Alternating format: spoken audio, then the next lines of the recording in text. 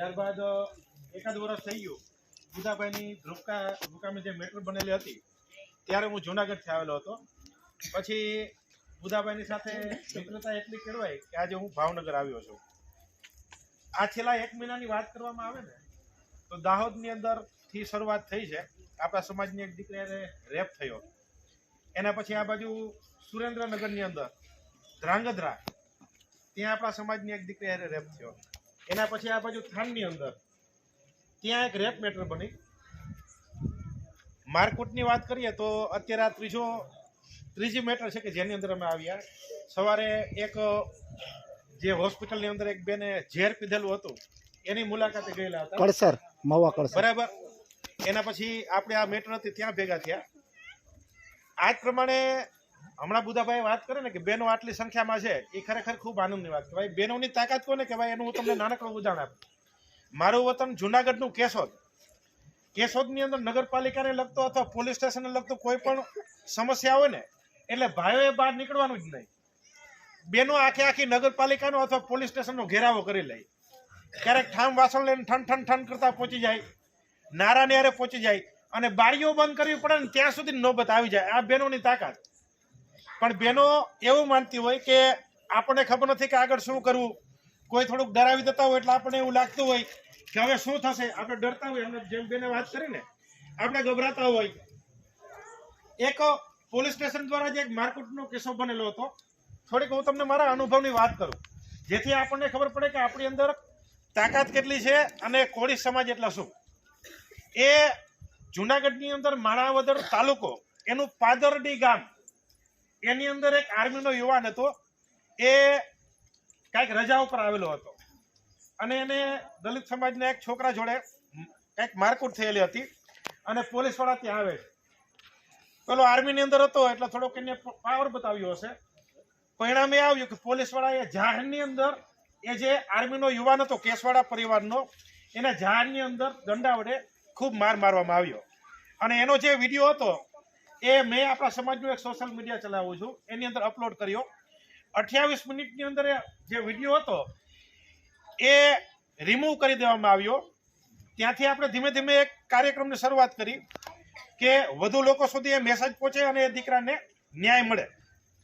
હવે એ મુવમેન્ટ હતું એટલું જોરથી ઉપાડેલું હતું કે સમાજના ભલભલા આગેવાનોને સોશિયલ મીડિયાની અંદર આવવું પડ્યું. એની ગણતરી નહોતી પણ એને આવવું પડ્યું. આખા ગુજરાતમાંથી બધા સંગઠનોના ફોન આવવા લાગ્યા કે ક્યારે ભેગું થવું અને શું કરવું. આર્મીનો યુવાન હોવા છતાં પણ એફઆઈઆર લેવામાં આવતી હતી નહીં. ત્યારે પણ આ જ પરિસ્થિતિ હતી. એફઆઈઆર તો હમણાં જેમ બુધાભાઈ વાત કરતા હતા કે વિછિયાની અંદર જે ઘટના બનેલી હતી તો ત્યાં પણ આપણો સમાજ ભેગો થયેલો હતો. તેમાં જે 86 જણાને જેલમાં પૂરી દેવામાં આવી એમાં 70 જણા હતા આપણા કોળી સમાજના હતા.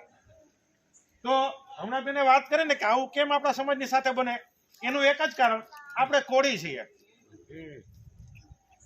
પણ બીજી મહત્વની વસ્તુ એ છે કે હમણાં પેલા આપણા જયદીપભાઈ વાત કરતા હતા કે 5 જ્ઞાતિઓ એવી છે કે એના ઘરની કોઈ દીકરી નીકળી હોય તો કોઈ આંખ ઊંચું કરીને જોતું નથી કારણ કે એ લોકોએ ઉદાહરણો પૂરા પાડ્યા છે. અને આપણે એવું બનતું હોય છે કે આજે દાખલા તરીકે અહીંયા ભેગા થયા છે તો હું ભાવનગરથી આવ્યો. કદાચ ભાવનગર રહેવા ન આવ્યો હોય ને હું જુનાગઢ હોય ને તો જુનાગઢથી હું અહીંયા આવે બુધાભાઈનો કે સુરેશભાઈનો કે જયદીપભાઈનો કે ચેતનભાઈનો ગમેનો ફોન આવ્યો હોય કારણ કે હું તો આખા ગુજરાતમાં ફરતો હોય. અને ફરવા પાછળનું કારણ એ છે કે દુનિયાને હું બતાવવા માંગુ છું કે આપણા સમાજની આ ભયંકર પરિસ્થિતિ છે. કેટલી ભયંકર પરિસ્થિતિ જેની તમે કલ્પના કરી શકતા નથી. આ પ્રકારની વસ્તુ માત્ર સિહોરની અંદર બને એવું નથી. હું અહીંયા પાલીતાણાની અંદર તમને ખ્યાલ હોય તો વચ્ચે આપણા સમાજની દીકરીને કેરોસીન છાંટીને બાળી દેવામાં આવેલી હતી ત્યાં આવેલો હતો. એની પેલા ગોરખીની અંદર આપણા સમાજની જે દીકરી હતી જે રેપ એન્ડ મર્ડર કેસ બનેલો હતો ત્યાં હું 3 થી 4 વખત આવેલો હતો. તળાજાની અંદર આવેલો હતો, મહુવાની અંદર આવેલો છું, ગાળિયાધારની અંદર આવેલો છું. આ ખાલી હું ભાવનગરની વાત કરું છું અને પ્રોપર ભાવનગરમાં તો અનેક વખત. અને આવી રીતે હર કોઈ જિલ્લાની અંદર જતા હોય અને સમાજને જાગૃતિ આવે એના માટે થઈને પ્રયત્ન કરતા હોય તો વસ્તુ એ છે કે હું ત્યાંથી અહીંયા આવી શકતો હોય તો આપણા જ ગામના દીકરા સાથે કોઈ આવી વસ્તુ થતી હોય તો આપણે એસપી કચેરીએ ના જઈ શકીએ. એવું નહીં વિચારો કે ગામમાં ને ગામમાં મીટિંગ છે ને એટલે આપણે પહોંચી ગયા. એ તો બધા પહોંચી જવાના છે. પણ જો આપણે એવું નહીં કરીએ તો હમણાં બેન વાત કરતા હતા કે આપણે એક ઉદાહરણ, એક દાખલો પૂરો પાડવાનો છે. દાખલો શું પૂરો પાડવાનો છે કે અહીંયા સ્થાનિક જ કોઈ વ્યક્તિ જોડે વાત થયેલી હતી કે વચ્ચે કોઈ વ્યક્તિ અહીંયા સિહોર પોલીસ સ્ટેશનની અંદર કંઈક આત્મહત્યા કરીને મરી ગયો. કંઈક 3 ઘટનાઓ બનેલી છે. તો પોલીસ તંત્ર એ આપણી સુરક્ષા માટે છે. પોલીસ તંત્ર ત્યાં સુધી આપણને સુરક્ષા પૂરી પાડતી નથી જ્યાં સુધી આપણી અંદર એને તાકાત દેખાય નહીં. આ તાકાત દેખાડવાનો સમય છે. અને જે પરિવારના દીકરા સાથે આવું બન્યું એ પરિવારને હું નમ્ર વિનંતી કરીશ કે ઘણી ફેરી અમને એવું કહેતા હોય છે કે તમે ત્યાં જાઓ છો એ પરિવાર સમાધાન તો નહીં કરી લે ને.